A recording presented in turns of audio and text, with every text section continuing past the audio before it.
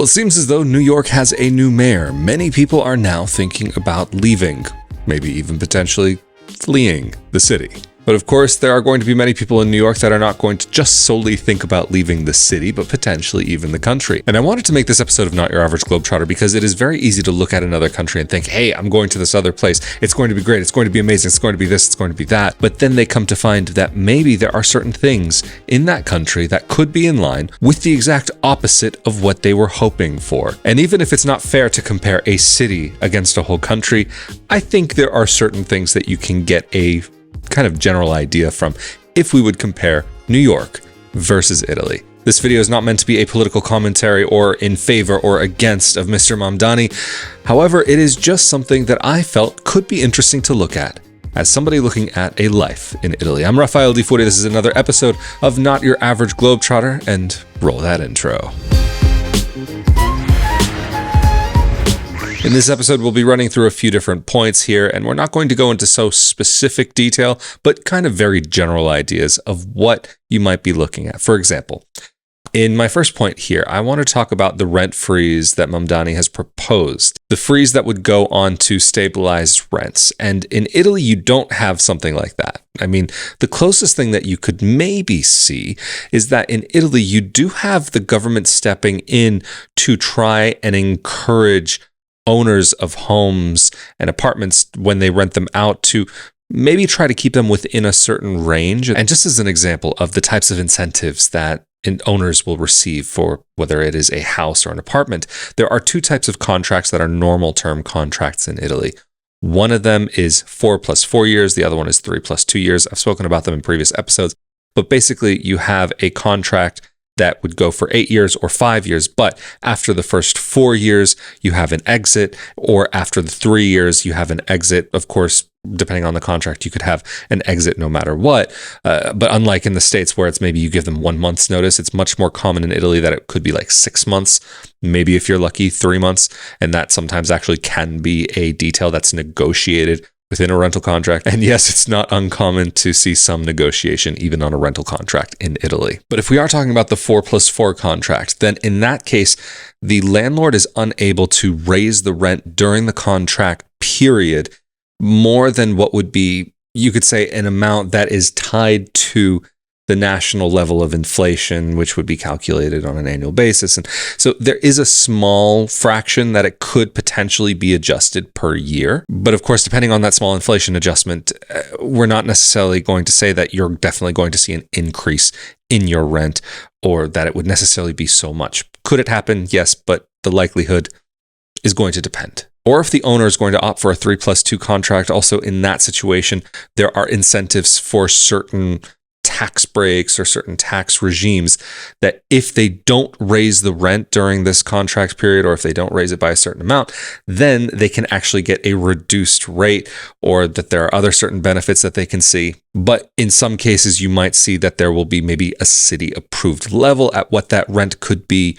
It's going to possibly depend on where you are. So while it is possible that on stabilized apartments in New York that there could be this rent freeze, in Italy, you're not seeing that, but you are seeing incentives for owners to be able to keep their property and to be able to make a profit on that property.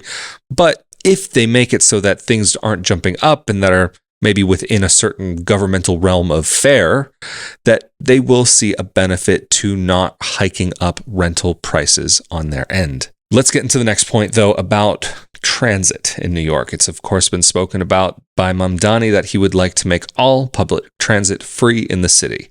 Again, this is not pro or anti-Mamdani, but I've got to say I wonder how that's actually going to be practical and feasible. Somehow, as a non-expert and a non-financial expert, that doesn't seem to make so much sense to me, but maybe there are some numbers in there that could work, but I'll say I might remain skeptical on that one. But in Italy, the way that it works is that you have train lines, bus lines, and planes that are actually very reasonably priced. And when you are talking about some of the trains, you are going to see certain prices that might actually be subsidized by the government. Even there are sometimes special sales that go on that are to incentivize people maybe traveling to a destination, or say for individuals who might have to go from one city to another by train for work. There are some trains that are actually quite reasonably priced. you do have quote unquote first class options, which you could pay, say, maybe if the ticket were potentially a 7 to 12 euro ticket, there could be another option on a high speed train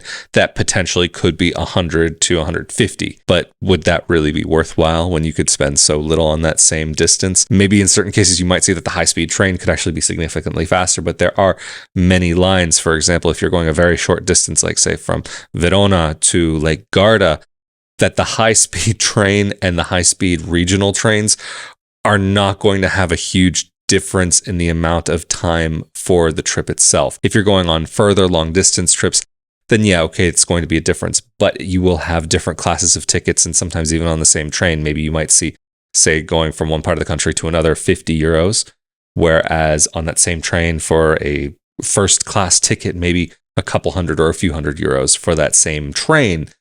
There are options available that make it reasonable to travel for most people in the country. But then on top, when we're talking about traveling within Europe, the cheap flights that are still possible to find, there are also European subsidies which do bring down the prices and make it very reasonable and really do encourage inter-European travel. But there is an instance where maybe you could potentially see free travel, but you would still kind of have to pay a certain amount for it. So for example, in the autonomous region of Alto Adige, I lived there for a while. And for example, the more kilometers that you travel in the year, the lower that your tariff becomes per trip. So for example, I would sometimes have to go from Merano to Bolzano.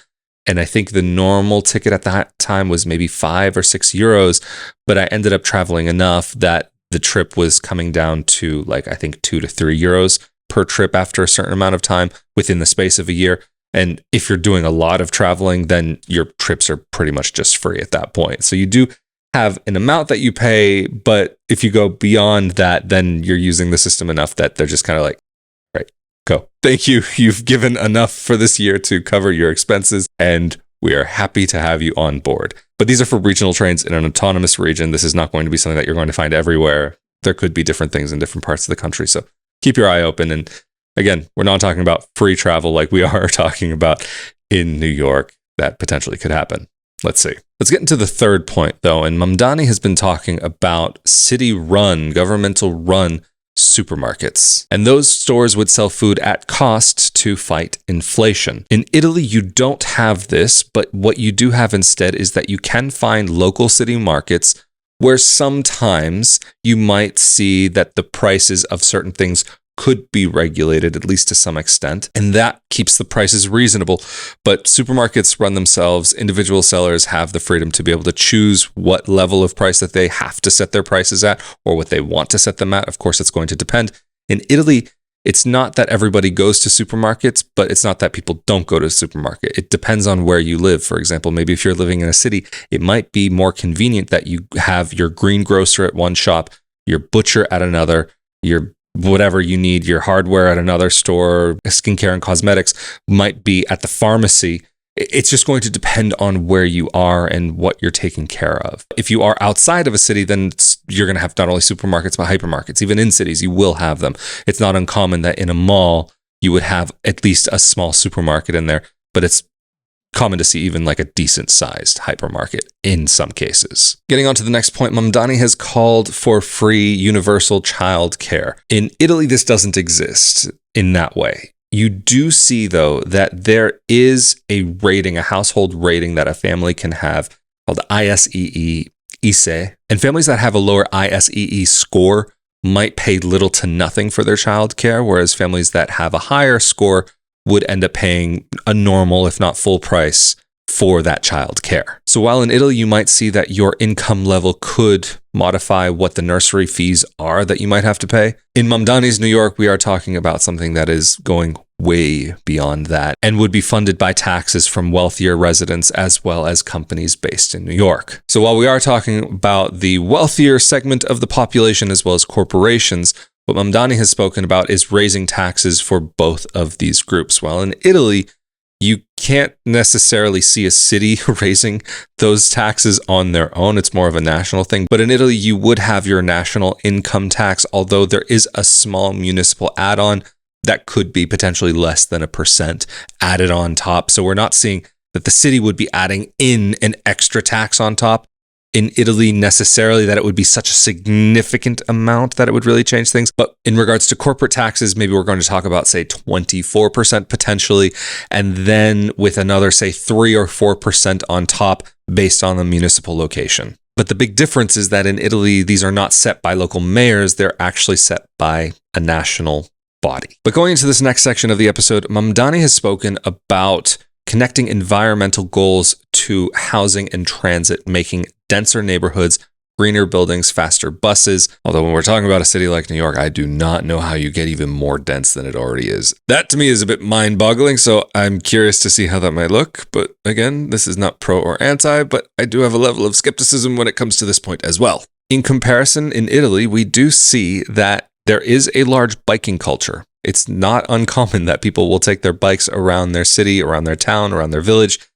Older people, younger people, children, everybody, not everybody, but a lot of people are on bikes, now electric scooters as well. But there is another level that we do see in Italy called a ZTL, a controlled traffic zone where only certain people can enter. This is normally in city centers, historic city centers, especially where roads might be smaller. It's normally reserved for residents and business owners to make it more easy for them to be able to have access to their streets rather than having a huge amount of traffic on what might be a single lane road. And for drivers who don't have the clearance to go on those roads because they don't have a reason, we can say, to go on them, they might be fined. And actually, some of you have maybe heard about what happened to Marco Permunian and I, the Italian lawyer who I collaborate with on the Italian Citizenship Podcast and Italian Real Estate Podcast. We were in Rome for some TV interviews, and they have this system there where you can, on an app, like you can rent an electric scooter.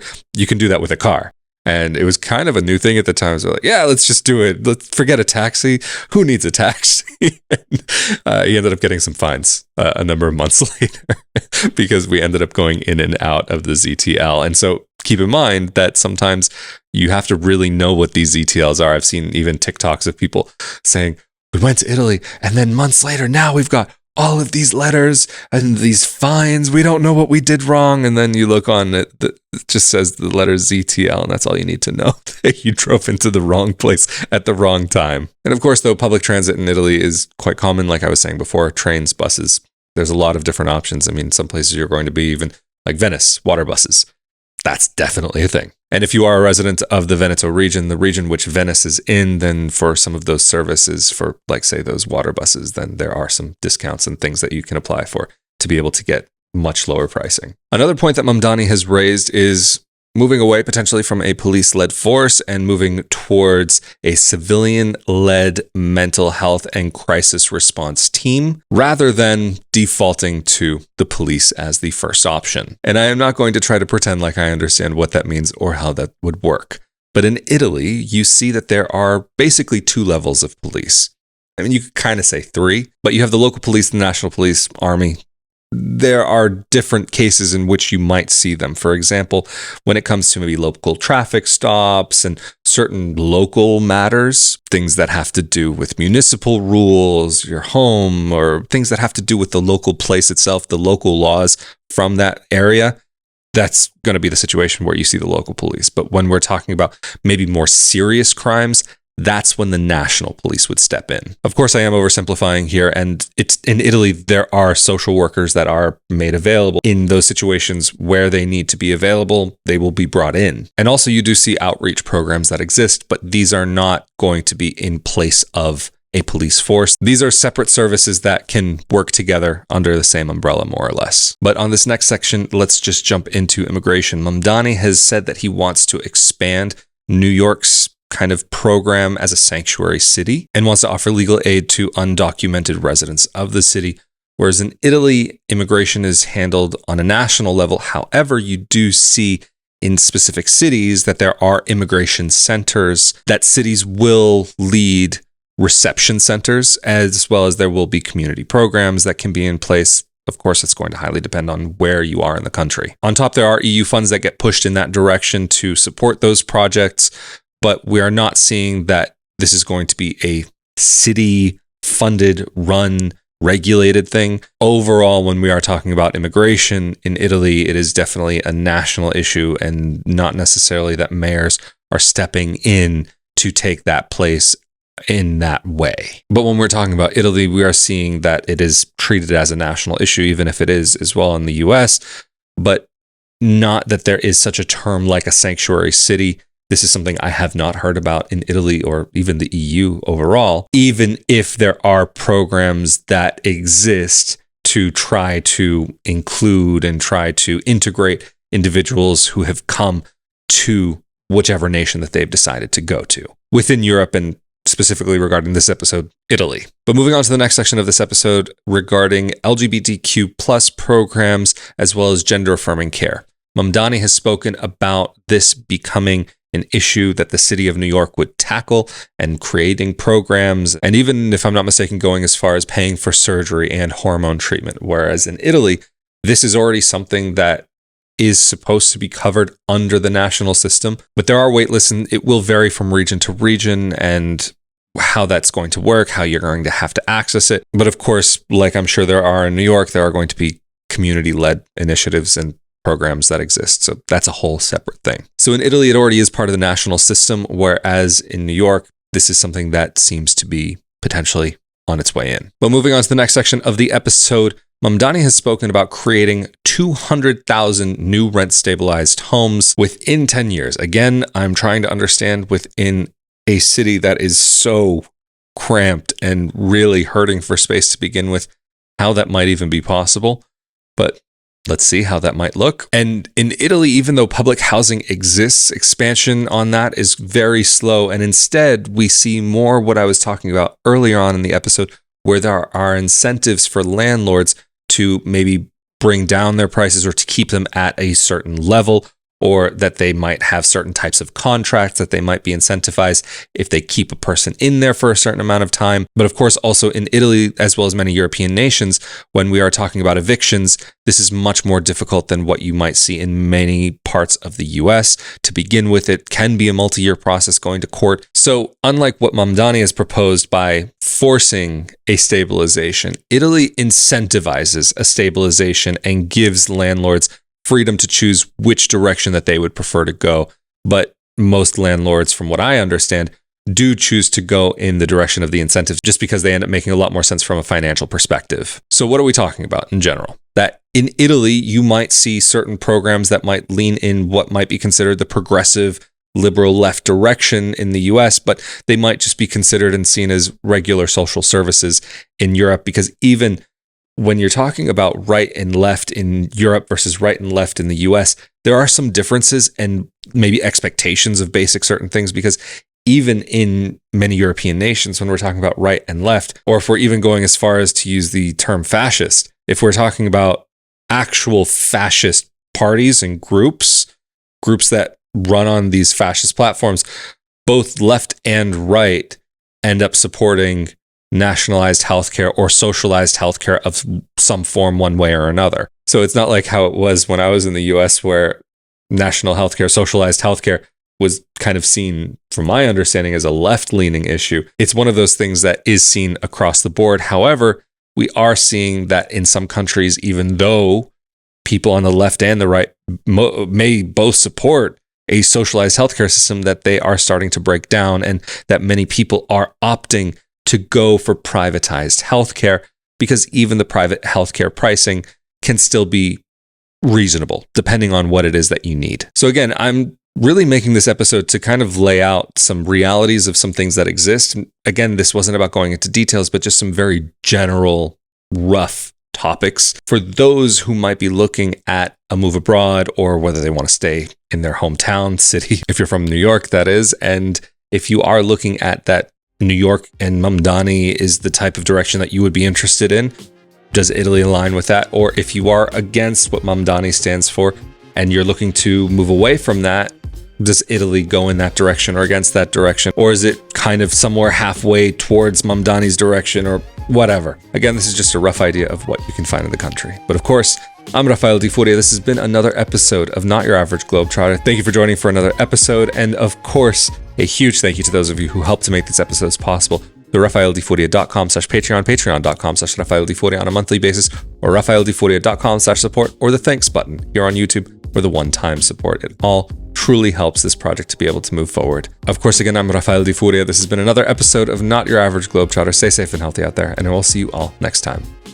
Later.